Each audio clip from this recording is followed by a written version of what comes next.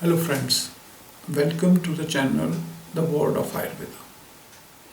In previous episodes, we were talking about digestion of the food in small intestine, which is known as Grahini in Ayurveda. We talked about the structural and functional aspects of the Grahini. Today we will talk about the actual process of digestion in small intestine. While talking of digestion of food in stomach, I have discussed the 6 important components which are required for proper digestion of the food as per the Ayurvedic literature. And I will like to repeat that this is Ushma, this is Sneh, this is Vayu, this is Drav, this is Kal, this is Samyog.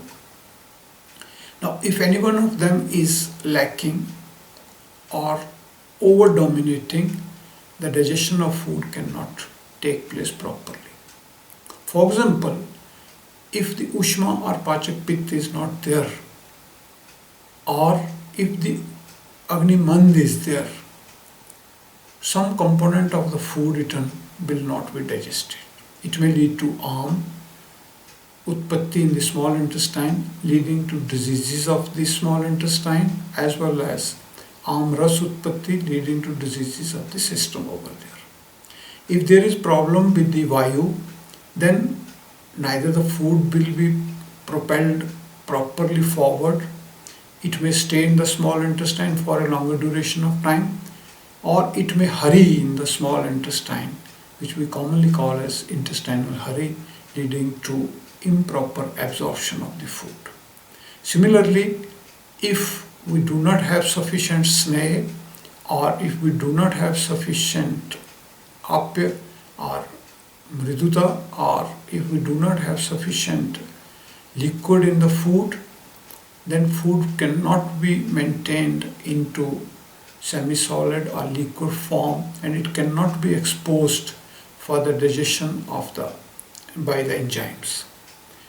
At the same time, Samyog, the properly eaten food, the balanced food, the staple food, are the food required as per the particular season, the food required as per the particular age group.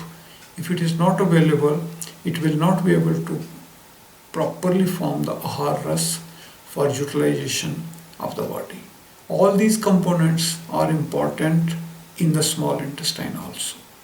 Now we all know that the food that enters from the stomach is still not properly digested, and nothing can be absorbed out of this food other than few crystallites or few substances which can be absorbed against osmotic gradients.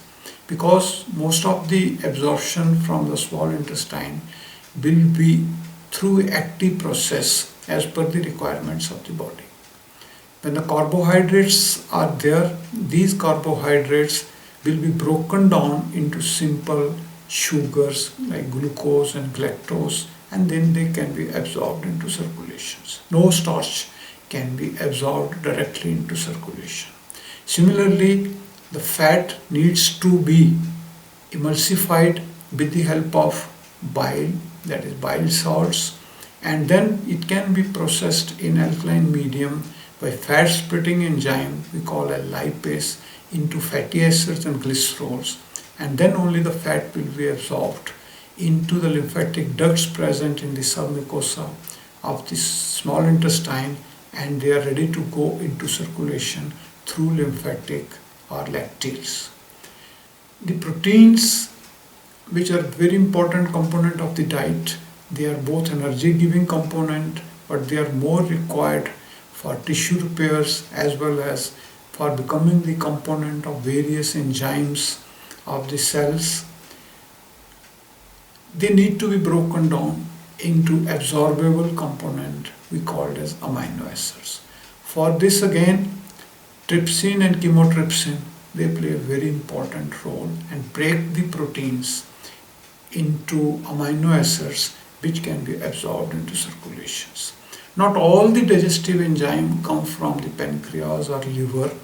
Majority of them are secreted by the small intestine itself. through a series of glands present in the small intestine, commonly called as succus entericus.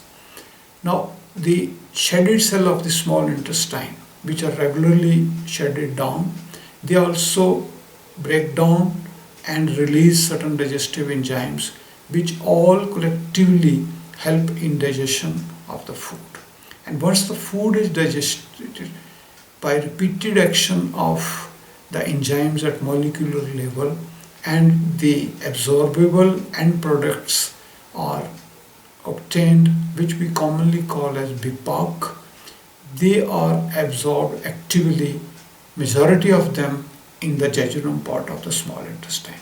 And whatever the waste and fluid and few unabsorbed substances are left, they will definitely be absorbed in the rest of the ileum, so that whatever the material reaches the large intestine is almost rough phase with small fluid content, and the large intestine will take care of the fluid content, and the rough phase will be given the shape of fecal matter over there.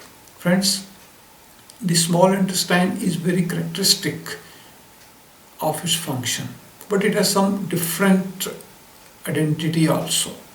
While it is a very active structure of the body and the turnover of its internal lining is very fast, still this is not very much prone to malignancies or cancers over there, though it is prone to a lot of autoimmune diseases and a lot of infective disorders also. It is specifically prone to worm infestations. Being rich in food material, this is a preferred site of intestinal worms, which feed on the food eaten by the human beings and nourish themselves and deprive the body of its nutritious fluid.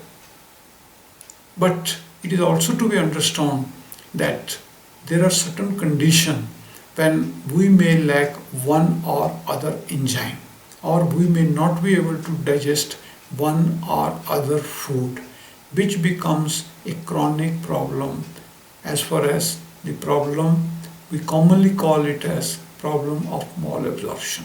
Now, this malabsorption can be a selective malabsorption if a particular thing is not absorbed. For example, say the lactose sugar of the milk is not absorbed, or it may be due to deficiency of lipase, or while fat is not properly absorbed, or it may be generalized malabsorption when most of the food eaten is not absorbed, or the required enzymes for digestion of the ingested food are not over there, and this can lead to serious problems, which in Ayurveda is commonly described under one single chapter as Grahini Dosh or Grahini Rog, for which we shall have a different discussion in some next episode.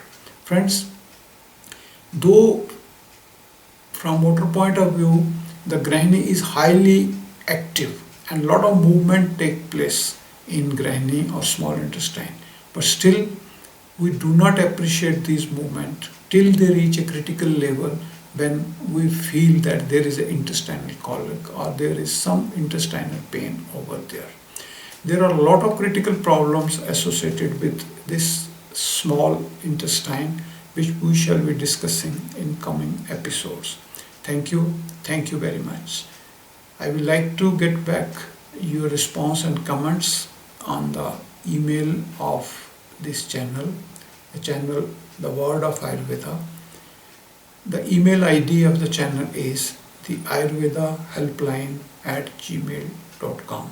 I will repeat it, the Ayurveda helpline @gmail.com. Thank you very much.